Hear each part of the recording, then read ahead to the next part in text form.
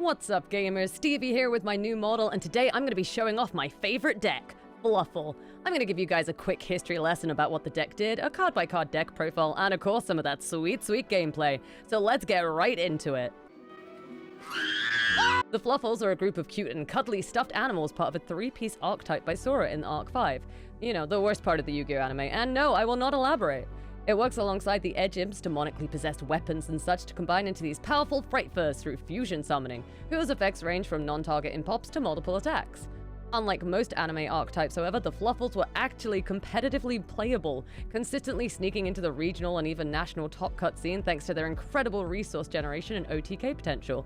With Legacy support still being implemented with cards such as Edge Imp Scythe and Fright Fur Cruelwell, alongside cards with incidental synergies such as Verte Anaconda, we're able to take these adorable monsters and beat our opponents to death with them.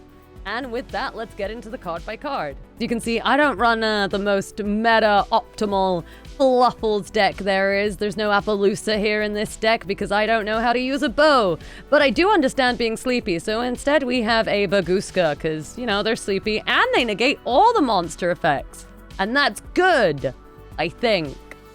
As for the main core of the deck, we're running 3 dog because it's super cute, and also a searcher, so you can grab pretty much anything you need Fluffal-wise from deck if you summon it, or you can grab yourself an Edge Imp Sabers to get yourself some of your fusions going, like the cool little old tiger, which is very good because it pops cards on the field for however many future materials you use. So I like to run 3 dogs, also I'm a dog, so rough, we'd be running dogs. 3 bears is to help us trigger our toy vendor effects, and grab a toy vendor onto the field, allowing us to do some pulls. Basically, we can send cards to grave, and that can trigger a bunch of combo lines. Or we can use it to get it on field so we can destroy it. Toy vendor in grave, always a plus. Hope your opponent destroys that thing. We obviously run 3 of toy vendor because toy vendor is a nutso card.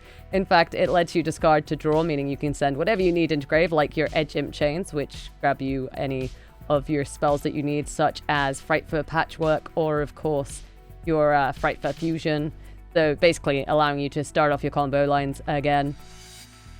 We like these kind of things, but Toy Vendor when destroyed also grabs you any Fluffal from the deck, which is super handy, or again, Edge Imp Sabers, which we like, so we run that. We also have Fluffal Wings, which is a very good discard on a Toy Vendor because it can be used in grave to basically send one of your monsters from grave and banish it away to draw a card, and then you can pop your toy vendor to draw another card and then trigger a toy vendor effect, which is kind of nutso. We run 3 of the penguin because when you use it as a fusion material you get to draw 2 cards, which is very handy. So we run 3 of this guy. Also, it's adorable, so there's that. We like that. It's a good bean. It also helps you get stuff in grave, and we also like that. We're running 3 of the Edge Imp Scythes, which basically lets you fusion on your opponent's turn, but also can be banished from graveyard to stop one of your monsters being destroyed. I say 1, but actually if they're trying to Regeki and you've got a Scythe in grave, you can just send it and none of your monsters die, and that's kind of nice. So we run 3 of that guy.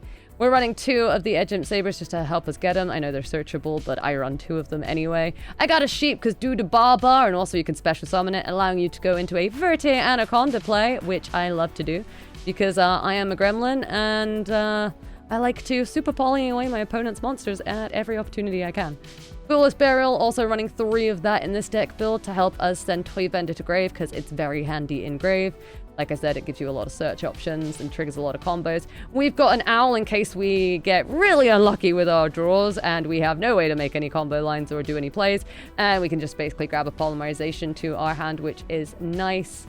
We've also got the magic that is the Fluffal Dolphin, which if you're trying to do toad plays and such and you want Bahamut Shock, then you're probably going to be running more of this card. But for me, I only run 1. I only really use it for if a toy vendor's engraved to get its first effect, allowing me to get a Fluffal monster or Edge Imp Sabers from my deck to the graveyard. Basically, that's all I use it for. That's it. It's kind of just that one. Which is kind of nice. A lot of these have fusions effects for when you do it, so I can also get a polymerization back, which is nice. I also got a little octopus in it because it's adorable. He's a precious little bean, and we love him.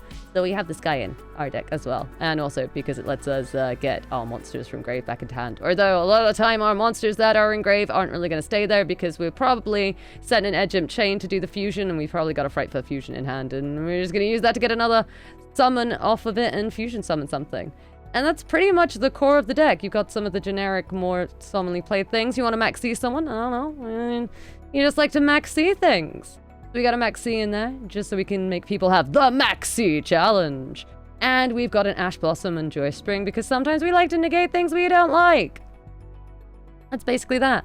Also infinite impermanence for the same things. And a Call by the Grave, because we like to Maxi, but we don't like it when we're Maxied. So we got a Call by the Grave. And of course things like Harpy's Feather Duster and such are super useful, so I threw those in here too. And that's pretty much the whole core. And of course Super Poly to be a gremlin. Extra deck-wise, you get a lot of the cool fusions. I got a Frightful Wolf because I am a doggo. Arf!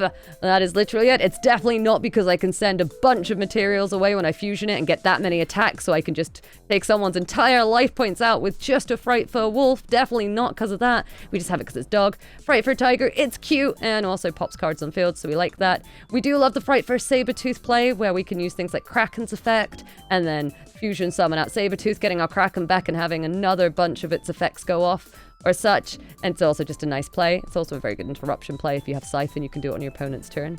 Although you want to be not necessarily doing that play with things like Fright for Fusion, because he's gotta go to grave, otherwise you kind of just lose the thing. We got Kraken because we freaking love the Kraken. This bean is so useful. You can destroy a monster with it. You can also attack twice with it if you want to, and it goes to defense mode when it's done, which is very useful. We have 2 of the Whale because Whale is best boy in effect. If you are trying to run the VFD thing, having 2 whales means you've gotten into VFD, you monster you. I obviously don't do that, but I like the Whale. It's a handy effect. It lets me send stuff to grave, and I can boost attack, which I very like. I also just have a Dangerous Sprite for Nightmare because I don't really know first turn plays that good with this deck. So I just kind of have that in there because it's pretty useful. On our turn, we gain 300 attack for our Fairy and Fiend's Engrave. And it can also basically send cards from the extra deck to stop itself being destroyed, which I like. So I have that.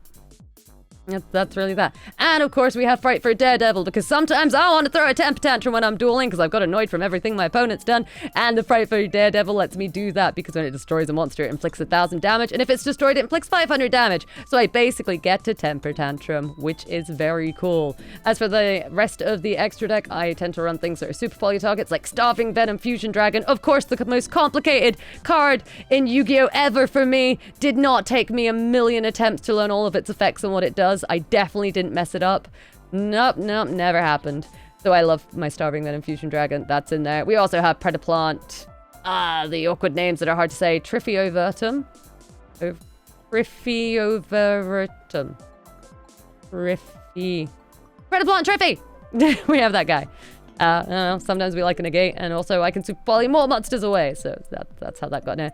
We also have a Mud Dragon because they can super poly it away. And just super poly some of the opponent's monsters away. And then I get a Mud Dragon. And he's cute. A little Mud Dragon. So we have him. I have a Duel Links card in here. Number 70, Malevolent Sin. I do have a Duel Links card in here because I like to meme on it that it is a Duel Links card. And also sometimes I like to get problem monsters out the way. Oh no. Cloud, please stop. My dog is definitely not interrupting this. Yeah, we have Mud Dragon because we like to super poly away opponent's monsters into that, and he's useful. And of course, my Duel Links card, number 7, Malevolent Sin. It's a Duel Links card, but it gets away problem things and has solved many a problem for me. So I like to run it kind of as a meme in this deck. And then the last card in the extra deck is Cross Sheep because I'm meant to use it. I just never do, but it's good and it can get you some draws if you're fusioning. And also sometimes we want to link away some stuff. So there you go. That's basically the deck build I run. I don't recommend running it because it's probably not the most optimum, and there are a lot more plays you could build into it due to how versatile Fright First can actually be.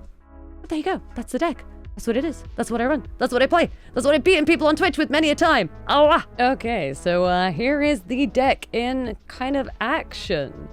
We're up against super heavy samurais here, but in our hand we're looking pretty good. We've got an Edge Imp Scythe, meaning we have interruption at any point we feel like here, and we've got a perfect Fluffal to fusion with a Fluffal Penguin, which means we'll be able to draw 2 cards and send 1 to grave. We've also got Fright for Fusion, so we'll be able to on our turn do some summoning from grave, which is a pretty spicy place to end up.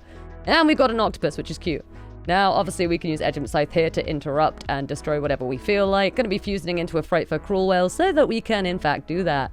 Look at Fright for Cruel Whale go! He's going to activate his effect, and Fluffal Penguin's effect is going to activate. We're going to be also activating the 3rd effect of Fright for Cruel Whale, just because we don't really want to be drawing into certain cards in our deck. We'd rather they're in grave, like Fright for Repair. So we're going to send that to grave, get an attack boost. Gonna send Poly to Graves there because we don't really have a super Poly effect. And we're popping stuff on the field, which is cool, and clearing it up. Drawing into Fluffal Dog, awesome, allows us to summon it and grab whatever Fluffal we want. Grabbing another Fluffal Penguin so we can fuel our deck a little bit. Gonna be fusing our Fluffal Penguin and our Scythe and our Octopus and our Kraken into a saber-toothed tiger here. Not Kraken, it's a whale. I'm good at this. We're going to be using Whale and bringing that back, and of course getting the effect of Fluffal Penguin to draw a couple of cards, which is very cool. We then send Edgemp Chain into Grave, allowing us to bring back not only our Whale, but we're going to be able to grab Fight for Patchwork from deck, meaning we have plays, meaning we can grab any Polymerization and Edge Imp from our thing, allowing us another fusion play here, meaning we can just fusion from hand.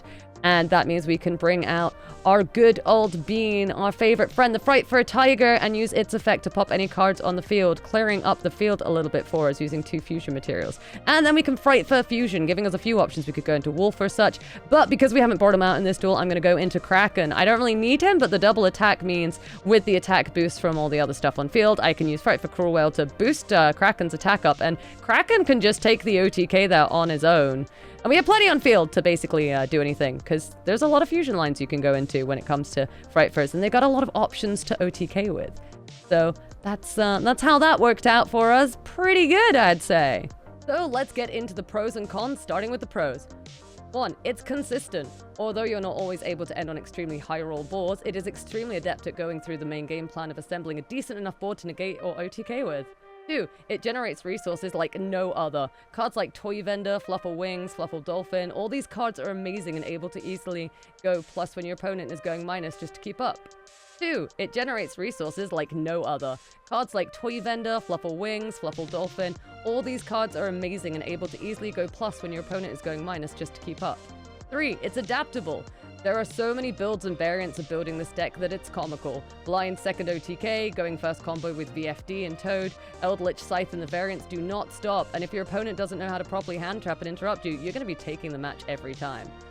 And the cons. 1, it's plays are telegraphed. All your cards are pretty simple and do what they say on the tin, which means if your opponent does know where to interrupt you, you're gonna be in for a bad time.